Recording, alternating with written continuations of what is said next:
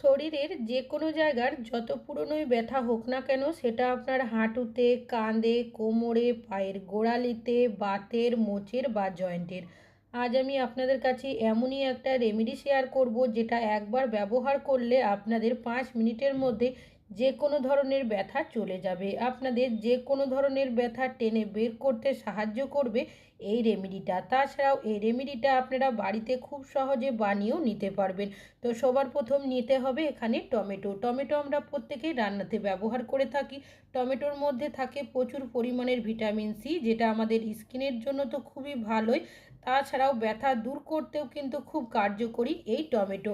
কেন কি টমেটোর মধ্যে এমন বেশ কিছু প্রপার্টিস থাকে যেটা আমাদের ব্যথা দূর করতে সাহায্য করে। তবে কিভাবে ব্যবহার করবেন তার সঠিক পদ্ধতিটা জানতে হবে। এখানে আমি একটা মিডিয়াম সাইজের টমেটো নিয়েছি। সেটাকে যেহেতু পুরোটা ব্যবহার করব না, তাই অর্ধেক কেটে নিয়েছি। একটা গ্রেটারের সাহায্যে আমি টমেটোর যে পাল্পটা রয়েছে সেটাকে এইভাবে বের করে নিচ্ছি। আমরা অনেকেই আছি ব্যথার সমস্যার মধ্যে ভুগে থাকি, যার কারণে আমরা দেখবেন বিভিন্ন ধরনের পেন কিলার বা ব্যথা দূর করার ক্রিমের ব্যবহার করি। এর ফলে অনেকে আমরা বিরক্তও হয়ে যাই। অনেক সময় কোনো কিছুতে কিচ্ছু হয় না, যতই আমরা পেন কিলার বা ক্রিমের ব্যবহার করি না কেন। আপনার যদি জয়েন্টের জায়গার মধ্যে গ্রিস শেষ হয়ে গেছে, হাঁটার সময় হাঁটুতে কটকট আওয়াজ আসছে, তাহলে আজকে আপনাদের এই রেমেডিটা সব সমস্যার সমাধান করবে। তো আমি পাল্পটাকে কিন্তু গ্রেটারের সাহায্যে বের করে নিয়েছি। আর দিয়েছি কিছুটা পরিমাণের চায়ের পাতা। যে চায়ের পাতা চা তৈরিতে ব্যবহার করি, সেই চায়ের পাতায় দিয়েছি। চায়ের পাতা কি করবে, অনেকেরই দেখবেন হাঁটুর মধ্যে গ্রিস শেষ হয়ে যায়, সেই গ্রিস ফিরিয়ে আনতে সাহায্য করবে।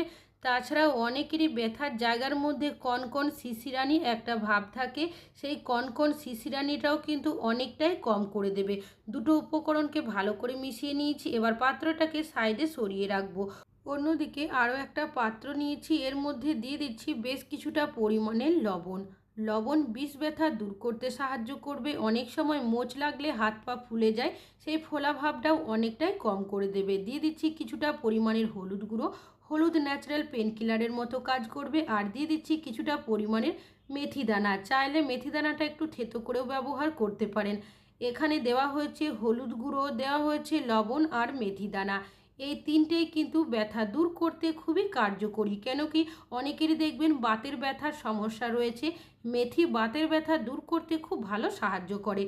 আর দিয়ে দিচ্ছি বেশ কিছুটা পরিমাণের সর্ষের তেল। সর্ষের তেল হাড়কে মজবুত করে। তাছাড়াও ব্যথার জায়গার মধ্যে যদি গ্রিস শেষ হয়ে যায়, সেই গ্রিস ফিরিয়ে আনতেও সাহায্য করে। আমরা অনেকেই আছি দেখবেন ব্যথার সমস্যার মধ্যে রয়েছি, বিভিন্ন ধরনের পেন কিলার খেয়ে থাকি, ব্যথা দূর করার ক্রিম স্প্রে ব্যবহার করি। তবে কিছুদিনের জন্য ঠিক হয়ে গেলেও আবারও কিন্তু ব্যথার সমস্যার মধ্যে পড়তে হয়। তবে আপনারা যদি এই রেমেডিটা স্টেপ বাই স্টেপ ফলো করেন, আপনাদের ব্যথা কিন্তু চিরতরের জন্য চলে যাবে। ভালো করে মিশিয়ে নেওয়ার পর যে টমেটোর পাল্প আর চায়ের পাতার মিশ্রণটা রেডি করেছিলাম সেটা দিয়েছি। তারপর এটাকে আবারও ভালো করে মিশিয়ে নিতে হবে। আমাদের যত পুরনোই ব্যথা হোক না কেন, টমেটো সেটাকে টেনে বের করতে সাহায্য করবে। চায়ের পাতা বিশেষ করে বাতের ব্যথার মতো কঠিন ব্যথা দূর করতে সাহায্য করবে। তাছাড়াও কনকন শিশিরানি ভাবটাও কম করবে। ভালোভাবে মিশিয়ে নেওয়ার পর পাত্রটাকে গ্যাসের মধ্যে বসিয়ে দিয়েছি। গ্যাসের ফ্লেমটাকে লোতে রেখে এটাকে নাড়াচাড়া করে খুব ভালোভাবে ফুটিয়ে নিতে হবে। তবে কোনোভাবে কিন্তু পুড়িয়ে নেওয়া যাবে না, তাহলে কিন্তু এখানে যে উপকরণগুলো ব্যবহার করা হয়েছে তার উপকারিতা গুণটা একদমই নষ্ট হয়ে যাবে। তো দেখতেই পাচ্ছেন খুব ভালো করে এটা ফুটিয়ে নিয়েছি। এবার গ্যাসের ফ্লেমটাকে আমি বন্ধ করে দেব আর এই পাত্রটাকে সাইডে নামিয়ে রাখবো, যাতে করে একটু ঠান্ডা হয়ে যায়। অন্যদিকে এখানে একটা পাত্র নিয়েছি, এর মধ্যে দিয়ে দিচ্ছি বেশ কিছুটা পরিমাণের নর্মাল জল। এবার আগে যে টমেটোর খোসার অংশটা সাইডে রেখেছিলাম সেটাও এর মধ্যে দিয়ে দেব। আর দিয়ে দেব কিছুটা পরিমাণের লবণ। তারপর আবারও এটাকে একটু ভালো করে মিশিয়ে নেব। এবার এই পাত্রটাকে গ্যাসের মধ্যে বসিয়ে দেব। গ্যাসের ফ্লেমটাকে মিডিয়ামে রেখে এটাকে খুব ভালোভাবে ফুটিয়ে নেব। তো দেখতেই পাচ্ছেন এটা কিন্তু খুব ভালো মতো ফুটে গেছে। পাত্রটাকে সাইডে নামিয়ে রাখবো যাতে করে কুসুম গরম হয়ে যায়। এখন কিন্তু মিশ্রণটা কুসুম গরম হয়েও গেছে। কিভাবে এটা ব্যবহার করবেন, এখানে একটা কাপড়ের টুকরো নিয়েছি, সেটাকে এই মিশ্রণের মধ্যে ভালোভাবে ডিপ করে নিংড়ে নেব। আপনাদের যে জায়গার মধ্যে ব্যথা করবে সেই জায়গার মধ্যে এভাবে আলতো হাতে আপনারা সেক করে নেবেন। অনেকে রয়েছে যাদের দেখবেন হাতের আঙুলের মধ্যে টান ধরে আসে, ভারী কোনো জিনিস তুলতে গেলে প্রচণ্ড ব্যথা করে। তো সেক্ষেত্রে আপনারা এইভাবে যদি আলতো হাতে মালিশ করতে পারেন তাহলে দেখবেন আপনাদের ব্যথার জায়গাটা কিন্তু অনেকটাই আরাম অনুভব হবে। এমনকি অনেক সময় বয়স্করা বেশিক্ষণ দাঁড়িয়ে থাকতে পারে না, হাঁটাহাঁটি করতে গেলেও দেখা যায় পায়ের গোড়ালিতে ব্যথা করে। তাছাড়াও অনেকেরই জয়েন্টের মধ্যেও প্রচণ্ড ব্যথা করতে থাকে, কখনো কখনো এতটাই ব্যথা করে যার কারণে তারা পেন কিলার বা বিভিন্ন ধরনের ব্যথা দূর করার ক্রিম বা ওষুধের ব্যবহার করে। তবে কিছুক্ষণের জন্য ঠিক হয়ে গেলেও আবারও ব্যথার সমস্যার মধ্যে পড়তে হয়। তবে আপনারা এই রেমেডিটা স্টেপ বাই স্টেপ যদি ফলো করেন আপনাদের যে কোনো ধরনের ব্যথা কিন্তু খুব সহজেই চলে যাবে। তো প্রথমে আপনারা ভালোভাবে সেক করে নেবেন, আর সেক যখন করবেন সপ্তাহে 2 দিন সকাল সন্ধ্যা কিন্তু করতে হবে। তারপর যে মিশ্রণটা আমি বানিয়ে রেখেছিলাম সেটাও কিন্তু এখন কুসুম গরম হয়ে গেছে।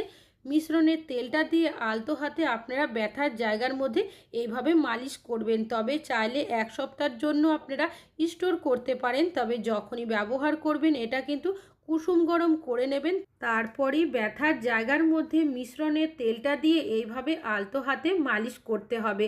আর এই কাজটি আপনারা সপ্তাহে 2 দিন করবেন, দেখবেন আপনাদের ব্যথা কিন্তু আস্তে আস্তে অনেকটাই কম হয়ে যাবে।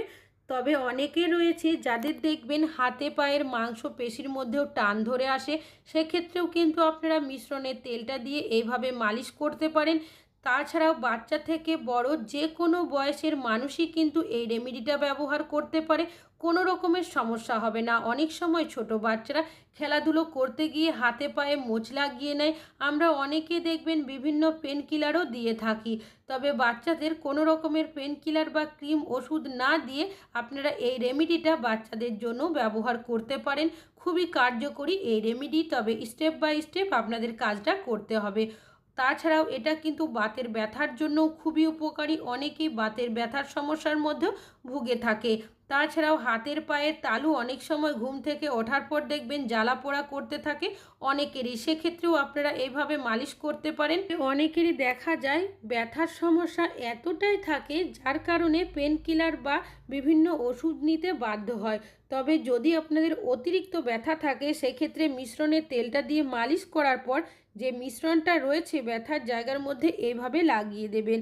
আর এই কাজটি রাত্রেবেলা করবেন। তবে যাদের অতিরিক্ত ব্যথা থাকবে তারা এইভাবে করে মিশ্রণ বানিয়ে 3 দিন ব্যবহার করবেন। যে জায়গার মধ্যে আপনাদের ব্যথা করবে সেই জায়গার মধ্যে মিশ্রণটা ভালোভাবে দিয়ে একটা কাপড়ের সাহায্যে এইভাবে বেঁধে দেবেন, তাহলে মিশ্রণটা সহজে ঝরে পড়বে না, ব্যথার জায়গার মধ্যে খুব ভালো মতো কাজ করবে। এইভাবে করে 30 মিনিট মতো রেখে দিয়েছিলাম। তারপর এই কাপড়টা দিয়েই আমি খুলে মিশ্রণটাকে এইভাবে মুছে পরিষ্কার করে নেব। আর এইভাবে যখন আপনারা মুছে পরিষ্কার করবেন এটা কিন্তু এইভাবে করে রেখে দেবেন 20 থেকে 30 মিনিটের জন্য, সাথে সাথেই কিন্তু জল দিয়ে ধোবেন। চাইলে এইভাবে রেখেও দিতে পারেন, আর যদি মনে হয় যে আপনারা ধুয়ে দেবেন সেক্ষেত্রে কি করবেন, 30 মিনিট পর কুসুম গরম জল করে নেবেন, কিছুটা লবণ দিয়ে দেবেন তার মধ্যে। আবারও আমি এখানে একটা কাপড় নিয়েছি, সেটা দিয়ে আলতো হাতে জায়গাটা এইভাবে মুছে পরিষ্কার করে নেবেন। আর দেখবেন এইভাবে যদি আপনারা ব্যথার জায়গার মধ্যে রেমেডিটা স্টেপ বাই স্টেপ ফলো করতে পারেন আপনাদের ব্যথা কিন্তু চিরতরের জন্য চলে যাবে। কোনো রকমের পেন কিলার, ব্যথা দূর করার ক্রিম, ওষুধ কোনো কিছুই আপনাদের ব্যবহার করতে হবে না। আশা করছি রেমেডিটা কাজে আসবে। ভালো লাগলে লাইক করবেন।